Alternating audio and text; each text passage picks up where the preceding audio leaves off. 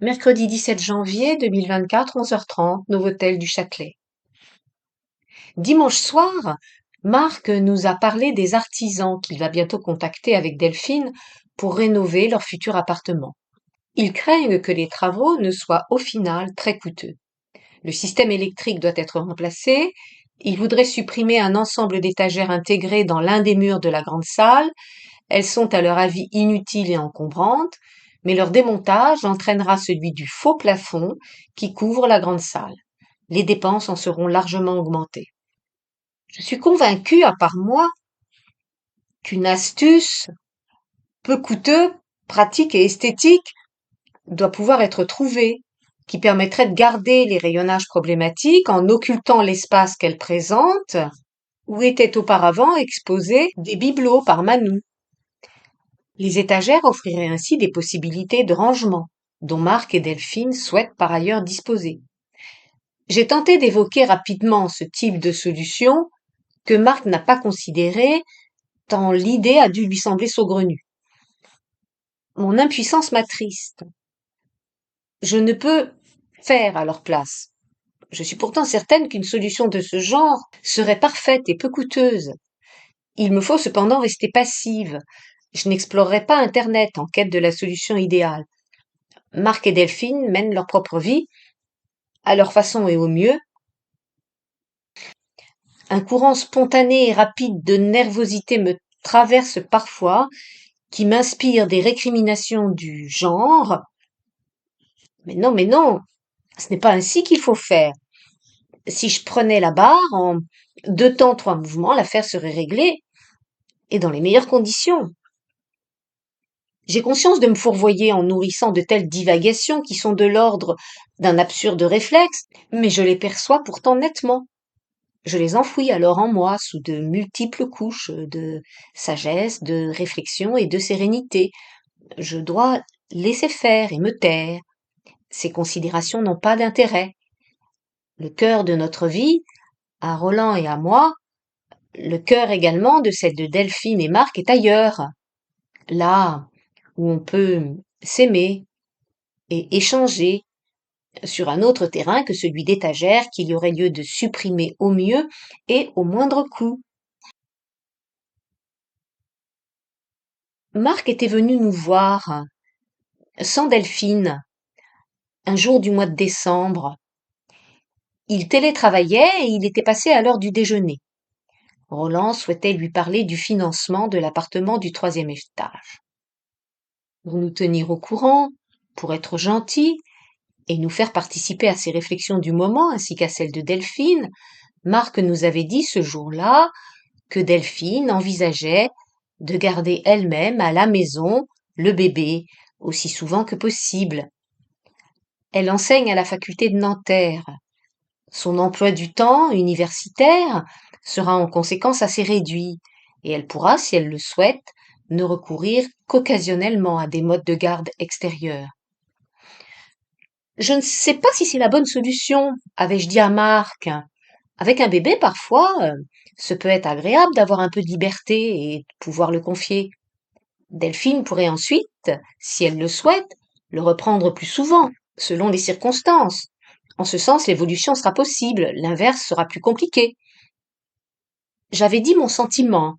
Marc l'avait entendu, il n'avait rien répondu.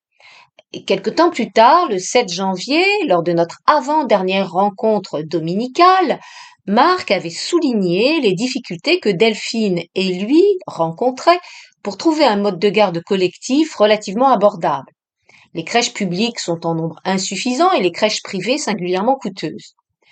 Une semaine plus tard, lors de notre dernier dimanche ensemble du 14 janvier, Marc nous a précisé la suite de l'épisode Y a-t-il des crèches dans le quartier? Delphine avait mené de fructueuses recherches. Il était fier à l'évidence des qualités d'investigation de sa petite amie. Nous apprîmes que la mutuelle de l'éducation nationale réserve et subventionne des places pour les enfants des enseignants dans un grand nombre de crèches parisiennes. En ce domaine, pratique et matériel, l'horizon du jeune couple s'éclaircissait. Je me suis dit alors que Marc n'avait sans doute pas été en désaccord avec l'idée que j'avais brièvement exprimée un mois plus tôt. Il avait peut-être lui aussi considéré qu'il pourrait être plaisant pour Delphine de n'être point trop enfermée chez elle pour cause de garde maternelle. L'idée avait peut-être cheminé dans son esprit et ensuite dans celui de Delphine, après qu'il lui en eût éventuellement parlé. J'ai adoré mes enfants, nouveau-nés et dans leur jeune âge, tout en adorant la liberté dont je disposais quand j'étais en congé maternité et ensuite quand je travaillais. Nous avions une dame à la maison. Cette période fut pour moi, tant que les inquiétudes scolaires n'existaient pas encore, une source de joie. Les contraintes et les obligations étaient mineures. Les liens avec mes petits furent aimants et réussis. J'étais contente de voir les garçons ce dimanche à la maison. Ils allaient bien. Marc, cette fois encore, venait de courir au bois de Vincennes. Il prit une douche en arrivant, puis accepta une sympathique petite bière, le même apéritif que celui de son frère. Les paroles circulaient aisément, je n'avais pas besoin d'intervenir. Nos échanges habituels étaient naturels. Une semaine était passée depuis notre dernière rencontre, dans cette configuration à 5, autour de la table basse d'apéritif, puis autour de celle de la salle à manger. Une période assez conséquente qui rendait la parole vive et animée. L'amour planait, tel un nuage, ou une transparente vapeur au-dessus de nous. Le train des mots parcourait dès lors tranquillement et sans effort nécessaire de ma part un plaisant paysage de campagne. Marc nous avait précisé quelques éléments sur les aspects matériels de leur future vie à deux, sur la question des travaux et celle du mode de garde de leur enfant. Après le dîner, Simon avait allumé la télévision. Le match PSG-Lens était diffusé, Marc et Simon le commentaient. Ils étaient en même temps en lien par téléphone, participant à un nouveau jeu qu'ils venaient de découvrir. Assise sur le canapé, près des jeunes et de Roland, je humais l'ambiance douce et souriante. Je photographiais des pages de la vie d'Irène Nemirovsky, d'Olivier Philippona et Patrick Linhart. La vie future de Delphine et Marc, avec leur bébé, dans leur nouvel appartement du boulevard de Tessier, m'apparaît, lorsque j'y pense, abstraite, lointaine et irréelle. Je pensais à eux au milieu d'eux, écoutant les avis autorisés de chacun sur le match en cours. Je ne peux que prier pour eux, à ma façon, et aussi pour Simon.